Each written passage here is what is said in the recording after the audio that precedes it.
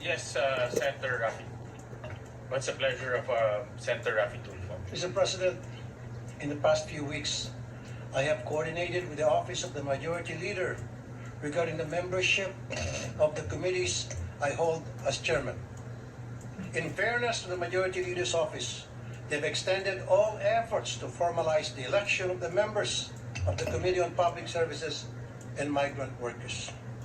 What disturbs me is that it is the inaction of the Minority Floor Leader to confirm these memberships that holds important LEDA bills hostage, such as the Department of Water, crucial franchise bills, and the OFW reintegration bills. To my colleagues in the minority, maraming salamat po for your confirming your intent to join my committee. But to the minority leader, my good friend, Senator Alan Peter Cayetano, it is time that we cooperate so that we may get back to legislating.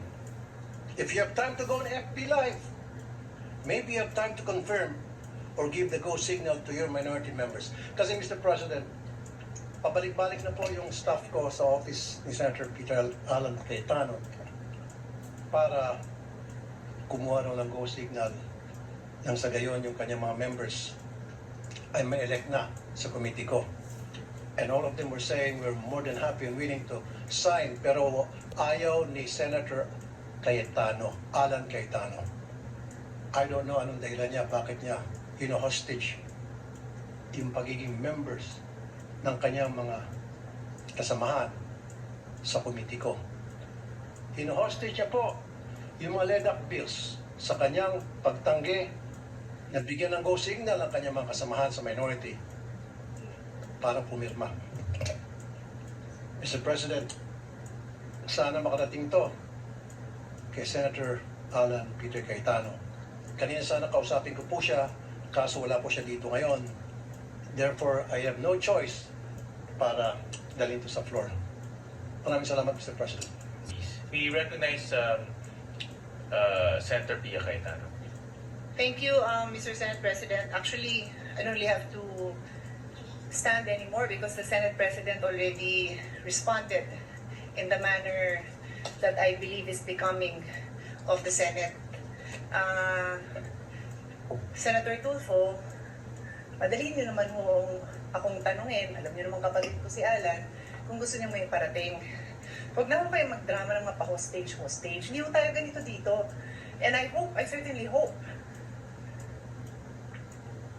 that we don't set a precedent kasi I don't know the Senate President to be that way. I don't know the Majority Floor Leader to be that way. He happens to be seated beside the former Senate President.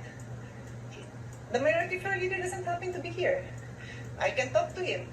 Pag in-ignore niya kayo and the next day, wala pa rin, then sige, sabihin niyo yung gusto niyo. Pero, huwag naman sanang ganun. Wala akong naalalang ganun magsalita dito sa Senate for the 19 years that I've been a senator. Yun lang naman po. Thank you, Mr. Senate President. What's the pleasure of Senator Rafi Tulfo?